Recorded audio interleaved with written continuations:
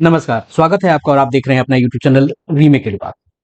शिक्षा विभाग बिहार सरकार ने एक बड़ा आदेश जारी किया है और यह आदेश है शिक्षकों के प्रतिनियुक्ति के संबंध में।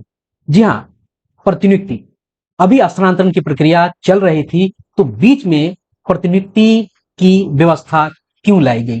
क्या यह प्रतिनियुक्ति स्थानांतरण के रोक का संकेत है? यानी अब स्थानांतरण नहीं होगा, क्या उसी का संकेत है? क्योंकि अगर स्थानांतरण होता जो आने 1 तारीख के बाद कहा जा रहा था, तो फिर 1 तारीख से प्रतिनियुक्ति की व्यवस्था क्यों की जा रही है? तो इस वीडियो के माध्यम से हम आप तक बताएंगे कि स्थानांतरण की जगह क्या अब प्रतिनियुक्ति होगी, क्या अब स्थानांतरण नहीं होगा, कहां से होगी प्रतिनियुक्ति, जिला या प्रखंड से? बड़ा सवाल यह है, कैसे होगा प्रतिनियुक्ति? ऑनलाइन होगा या ऑफलाइन होगा? कहां प्रतिनियुक्ति होगी? क्या पूरे जिले भर में प्रतिनियुक्ति आपकी हो सकती है, या आप जहां पदस्थापित हैं, जहां कार्यरत हैं, उस प्रखंड में प्रतिनियुक्ति होगी? कितने दिनों के लिए प्रतिनियुक्ति हो सकती है?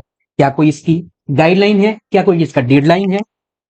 जब मार्क ऑन ड्यूटी की खबर आ गई है कि 31 के बाद यानी 1 अगस्त से मार्क ऑन ड्यूटी नहीं रहेगा, तो फिर हम डिप्यूटेशन पे जा रहे हैं, तो हम अपना अटेंडेंस कैसे लगाएंगे? तो क्या सरकार ने व्यवस्था की है? उसके अलावा किसे प्रतिनियुक्त से वंचित रखा जाएगा, यानी किसकी प्रतिनियुक्ति नहीं होगा? स्ट्रिक्टली मना किया गया है कि इनकी प्रतिनियुक्ति नहीं होगी। और जो पूर्व में किसी विद्यालय में ही प्रतिनियुक्त थे, शैक्षणिक गतिविधियों को संचालित कर रहे थे, संपादित कर रहे थे, उनकी डिप्यूटेशन का क्या होगा? क्या वो कंटिन्यू रहेगा या डिसकंटिन्यू होगा? उसके अलावा एक विद्यालय में कम से कम कितने शिक्षक होने चाहिए? ध्यान यह रखिए कि यदि आपके विद्यालय में इस मानक से ज्यादा शिक्षक हैं, तो आपका डिप्यूटेशन होगा, क्योंकि स्थानांतरण के बाद बहुत डिसबैलेंस हुआ है। तो ये खबर आपके लिए है। उसके अलावा प्रतिनियुक्ति की जो सूचना है वो आपको कैसे मिल पाए, इन सारी बातों का जिक्र इस वीडियो के माध्यम से हम आप तक करने जा रहे हैं। तो ये वीडियो बहुत खास है आपके लिए, वीडियो के अंत तक जरूर बने रहिएगा, ताकि आप तक वो सारे पत्र और जिसमें ये प्रसंग के रूप में जिसको दिया गया है और भी इससे संबंधित पत्र मैं आपको दिखाऊंगा। और इस एक वीडियो के बाद आपको किसी भी चीज की जरूरत नहीं पड़ेगी, किसी भी आपको चैनल पे जाने की आवश्यकता नहीं पड़ेगी। तो चलिए वीडियो को शुरू करते हैं और एक एक करके सारी चीजों को समझते हैं। तो वीडियो को शुरू करने से पहले आपसे आग्रह करेंगे, पहली बार चैनल पे हैं तो चैनल को सब्सक्राइब कीजिए और मुझे आप अपने साथ जुड़िए, ताकि आगे आने वाले दिनों में इसी तरह के अपडेट आप तक पहुंचती रहे। आज दिनेश कुमार, सचिव शिक्षा विभाग ने सभी जिला शिक्षा पदाधिकारी 28/7/2025 के डेट से आपको जो 20 से 31 आपको पत्रांक के माध्यम से उन्होंने पत्र जारी किया है और विषय दिया है ई शिक्षा कोष पोर्टल के माध्यम से शिक्षकों की प्रतिनियुक्ति के संबंध में। अब इसमें पत्र लगाया गया है प्रसंग के रूप में, और ये पत्र है निदेशक माध्यमिक शिक्षा पत्रांक 1700 आपको 8/7/2025, और इस पत्र को प्रसंग के रूप में रखा गया है, प्रसंग के रूप में रखा गया है 1701 को शिक्षकों के प्रतिनियुक्ति के संबंध में। तो चलिए थोड़ा हम उस पत्र को देख लेते हैं कि आखिर उस पत्र में कहा क्या गया है। चलिए देखते हैं थोड़ा। अब ये पत्र आपके सामने, ये वाला पत्र है, ये पत्र है आपका। यह पत्र कह क्या रहा है जरा देखिएगा, हम बस आपको इसके कुछ ही हिस्सों को आप तक जरूर पहुंचाएंगे। इसमें विषय यह है कि ई शिक्षा कोष पोर्टल के माध्यम से किए गए शिक्षकों के स्थानांतरण एवं हेड टीचर और हेडमास्टर की नियुक्ति के उपरांत विद्यालयों में नामांकित छात्र छात्राओं के समानुपातिक शिक्षकों की प्रतिनियुक्ति करने के संबंध में, यानी 8/7 को ये बात संकेत दे दिया गया था कि शिक्षकों की प्रतिनियुक्ति होगी। अब चूंकि संकेत कैसे मिल रहे हैं कि स्थानांतरण की व्यवस्था नहीं होगी, क्योंकि म्यूचुअल ट्रांसफर का भी काम हो गया, उनके भी पत्र आपको जारी कर दिए हैं, लोगों ने अपने पत्र डाउनलोड करके अब योगदान करने के लिए भी पहुंच भी रहे हैं। थोड़ा इसको देख लेते हैं, इस व्यवस्था को जान जाएंगे तो समझ में आ जाएगा कि अब स्थानांतरण की व्यवस्था रुकती हुई दिख रही है। आगे कहा गया है कि आप अवगत हैं कि विभागीय आदेश 2036 21/11/2024 और शुद्धि पत्र के आलोक में विशेष समस्याओं से ग्रसित शिक्षक शिक्षिकाओं का इसके ई शिक्षा कोष से अभ्यावेदन प्राप्त किया गया था, और इन्हीं प्राप्त अभ्यावेदन के आलोक में विभागीय आदेश के माध्यम से शिक्षकों की स्थानांतरण की प्रक्रिया की गई। ई शिक्षा कोष पोर्टल के माध्यम से किए गए स्थानांतरण के उपरांत संभावना है कि विद्यालयों में छात्र छात्राओं के नामांकन के अनुरूप शिक्षकों का पदस्थापन या किसी खास विषय से शिक्षकों की कमी हो सकती है। साथ ही साथ हेड टीचर और हेड मास्टर की नई नियुक्ति भी की गई है, जो पूर्व में किसी न किसी विद्यालय में पदस्थापित है।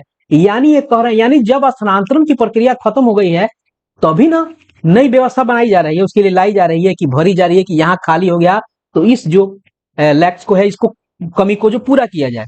यानी वो जब चीजें हो गई हैं तब स्थानांतरण की व्यवस्था के बाद 1/8 से इसको करने की बात हो रही है, 1 अगस्त से। तो ये संकेत मिल रहा है कि अब स्थानांतरण जो है अब नहीं होने के तरफ संकेत ये मिल रहे हैं। सरकार आगे कर दे बहुत बड़ी बात है। अब चलते हैं जो इस मूल पत्र में और क्या क्या कहा गया है प्रतिनियुक्ति के संबंध में। हम एक एक चीज को पढ़ते चलेंगे और सारी चीजें आपको स्पष्ट होती चलेंगे। उपर्युक्त विषयक प्रासंगिक पत्र का संदर्भ लेना चाहेंगे। अभी मैंने प्रासंगिक पत्र के बारे में आपको सारी बातें बताई, जिसके माध्यम से विद्यालयों में नामांकित छात्र छात्राओं के समानुपातिक शिक्षकों की प्रतिनियुक्ति करने हेतु निर्देश दिया गया है। अभी हमने देखा भी। इसी संबंध में 25/7/2025 को यानी 3 दिन पहले क्षेत्रीय शिक्षा उपनिदेशक एवं जिला शिक्षा पदाधिकारियों के साथ वीडियो कॉन्फ्रेंसिंग के माध्यम से संपन्न बैठक में हुए विमर्श के आलोक में निम्नवत निर्देश दिए जाते हैं। वो पत्र तो था ही 17/1, उसके अलावा 25 तारीख को वीडियो कॉन्फ्रेंसिंग हुई है जिला शिक्षा पदाधिकारी और क्षेत्रीय शिक्षा उपनिदेशक के आपको बीच, और उसमें कुछ निर्णय लिए गए हैं। तो उसी निर्णय के आलोक में कुछ निर्देश दिए जा रहे हैं आपको, डायरेक्टिव ये सारे के सारे हैं, ये डायरेक्शन है और इस डायरेक्शन के आपको आलोक में सारी चीजें की जाएंगी। और क्या क्या डायरेक्शन, चलिए देखते हैं, एक एक चीजों को जानते जाएंगे। जितनी भी इंट्रो में मैंने बात बताई थी वो सबके उत्तर आपको मिलते जाएंगे।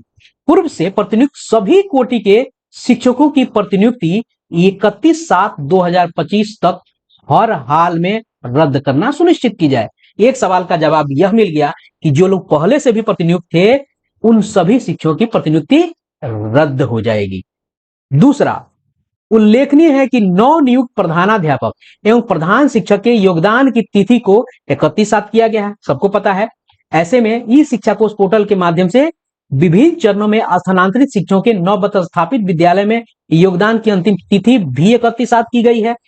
जो लोग ट्रांसफर होके गए हैं उनकी भी योगदान की तिथि को बढ़ाई गई है। लगे हाथ TR3 की वाले के भी डेट को भी विस्तारित किया गया है। ये चूंकि आपको बैकड्रॉप में इन सब चीजों को बताना जरूरी है, इसलिए इसका जिक्र किया गया। तीसरा पॉइंट, सभी जिला शिक्षा पदाधिकारी 31/7/2025 के उपरांत जिला के विद्यालयों में पदस्थापित शिक्षकों की विस्तृत समीक्षा करेंगे 31/7 के बाद।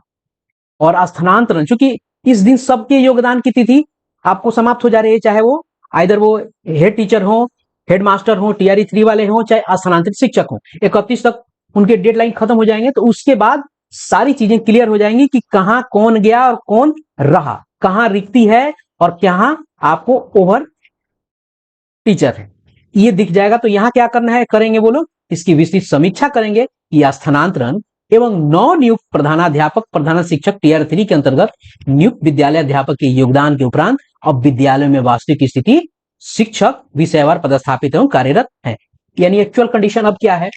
चौथे में अब गाइडलाइन चीजें यहां से आनी शुरू हुई।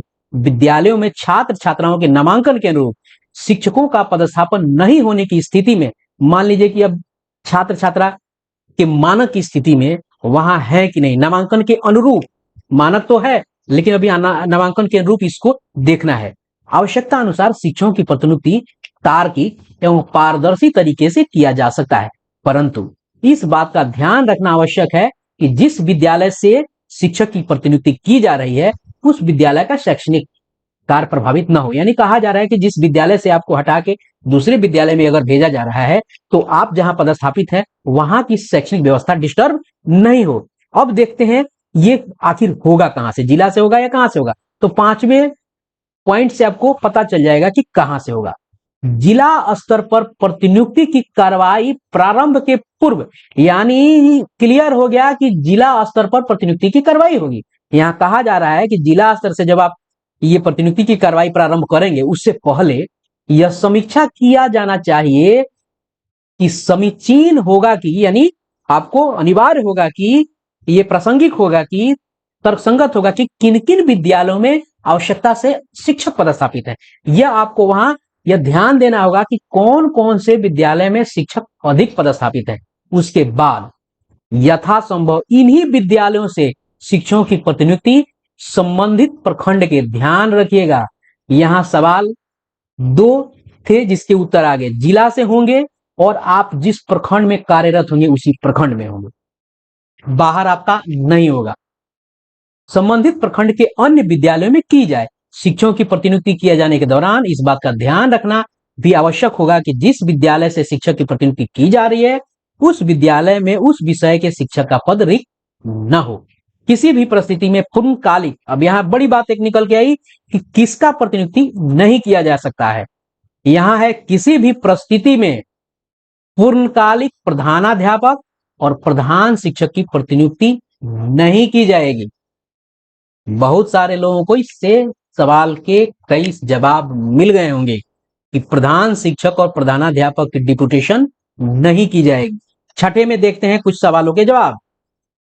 शिक्षकों की किसी भी तरह की प्रतिनियुक्ति दिनांक 1/8/2025 से केवल ई शिक्षा कोष पोर्टल के माध्यम से किया जाएगा। ये सारा जो प्रतिनियुक्ति होगा ई शिक्षा कोष के माध्यम से होगा, कोई ऑफलाइन व्यवस्था नहीं होगी। और इसके लिए क्या, डीओ साहब अपने लॉगिन आईडी से ई शिक्षा कोष पोर्टल पर जो टीचर मॉड्यूल है उसके तहत टीचर डेपुटेशन का जो आपको शीर्षक है उसके माध्यम से करेंगे। और प्रतिनियुक्ति आदेश भी ई शिक्षा कोष पोर्टल के माध्यम से जनरेट कर संबंधित जिला के जिला शिक्षा पदाधिकारी द्वारा यथास्थान आपको हस्ताक्षर अंकित किया जाएगा। यानी ऑनलाइन सारी व्यवस्था ये हो जाएगी ई शिक्षा कोष के माध्यम से। उसके अलावा और सवालों के जवाब ढूंढते हैं। यहाँ स्पष्ट किया जाता है, 7वां पॉइंट है, किसी शिक्षक की पूर्व से की गई किसी प्रकार की प्रतिनियुक्ति को बरकरार रखने की आवश्यकता हो तो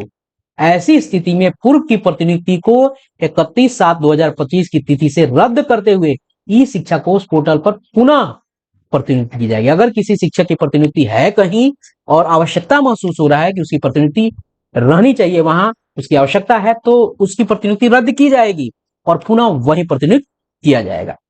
8वां पॉइंट, प्रतिनियुक्ति आदेश निर्गत होने के उपरांत ई शिक्षा कोष पोर्टल पर संबंधित शिक्षक के पंजीकृत मोबाइल पर एसएमएस भी भेजा जाएगा। यानी आपको सूचना एसएमएस के माध्यम से मिलेगा।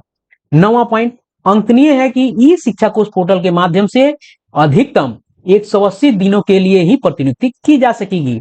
यानी 180 दिन तक ही प्रतिनियुक्ति होगा। यानी कितना, 6 महीना। 6 महीना, क्षेत्रिका 18, 6 महीना ही आपकी प्रतिनियुक्ति हो गई। और ध्यान रखिएगा आवश्यकता के आधार पर इसके बढ़ाया घटाया भी जा सकता है, फिर से रीडेपुटेशन वो होगा। आगे है कि जिला शिक्षा पदाधिकारी वास्तविक आवश्यकता के आधार पर ही प्रतिनियुक्ति की अवधि का निर्धारण करेंगे। यहाँ ये जब उनको आपको अधिकार दे दिया गया है कि प्रतिनियुक्ति की अवधि का निर्धारण करेंगे, यानी इस 180 को वो आपको एक्सटेंड कर देंगे, वो फिर से एक्सटेंड हो जाएगा। क्लियर हो गया।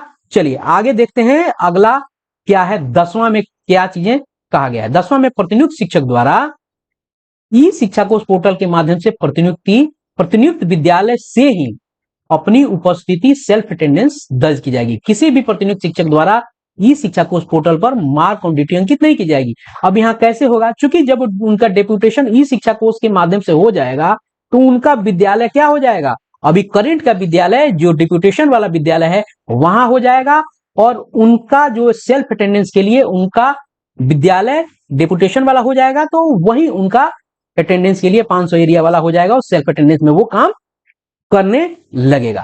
तो वहां वो सेल्फ अटेंडेंस ही करेंगे, मार्क ऑन ड्यूटी नहीं करेंगे। आगे है प्रशिक्षण से संबंधित है। प्रशिक्षण हेतु प्रतिनियुक्त किए जाने वाले शिक्षकों के लिए बल्क डेप्यूटेशन की सुविधा भी ई शिक्षा कोष पोर्टल पर उपलब्ध कराई जा रही है। अभी किया जा रहा है कि जो लोग आपको प्रशिक्षण के लिए जाते हैं, बड़े थोक भाव से जाते हैं, उस सबकी व्यवस्था आपको ई शिक्षा कोष पोर्टल पे की जा सकेगी। अभी उसकी व्यवस्था की जा रही है ताकि प्रशिक्षण के दौरान संबंधित शिक्षक प्रशिक्षण स्थल से ही अपनी उपस्थिति सेल्फ अटेंडेंस दर्ज करेंगे। वहां भी जो लोग मार्क ऑन ड्यूटी करते थे वो मार्क ऑन ड्यूटी नहीं करेंगे। अब वो क्या करेंगे, वहां से वो डेली सेल्फ अटेंडेंस करेंगे। बहुत सारे डाइट बैट में आपको लगाया गया है, बायोमेट्रिक सिस्टम लगाया गया है, आपको फोटो कैप्चर होता है, लेकिन अब ये सेल्फ अटेंडेंस वहां करेंगे। और चूंकि मान लीजिए डाइट में कहीं कर दिया गया है, डाइट में कहीं कर दिया गया है और डाइट में कर दिया गया है, तो डाइट में जिस डाइट में आप हैं आप उसी का लोकेशन आपके मोबाइल में पैच हो जाएगा, टैग हो जाएगा और उसी के 500 मीटर के दायरे में आप अटेंडेंस बना सकते हैं। ऐसा नहीं कि घरे बैठे बैठे करा दें, वो व्यवस्था सरकार खत्म करने जा रही है और आपको आपका जो वो टेम्पोररी वर्किंग पॉइंट है उसे बना दिया जाएगा, जिससे सेक्रेटरीनेस आप आसानी से कर सकते हैं। ये सारे के सारे जो व्यवस्था है, उपरोक्त सभी प्रतिनियुक्ति की समीक्षा जिला स्थापना समिति समय समय पर करती रहेगी और उपरोक्त दिशा निर्देश का अक्षरशः अनुपालन करना सुनिश्चित करेंगे और ये आपको 1 तारीख से व्यवहार में आ जाएगा। तो इस वीडियो में इतना ही, मिलते हैं जल्द ही इसी तरह के कंटेंट के साथ। कंटेंट पसंद आया, विश्लेषण पसंद आया तो लाइक शेयर जरूर करेंगे। आप अपना ख्याल रखें। धन्यवाद। जय हिंद।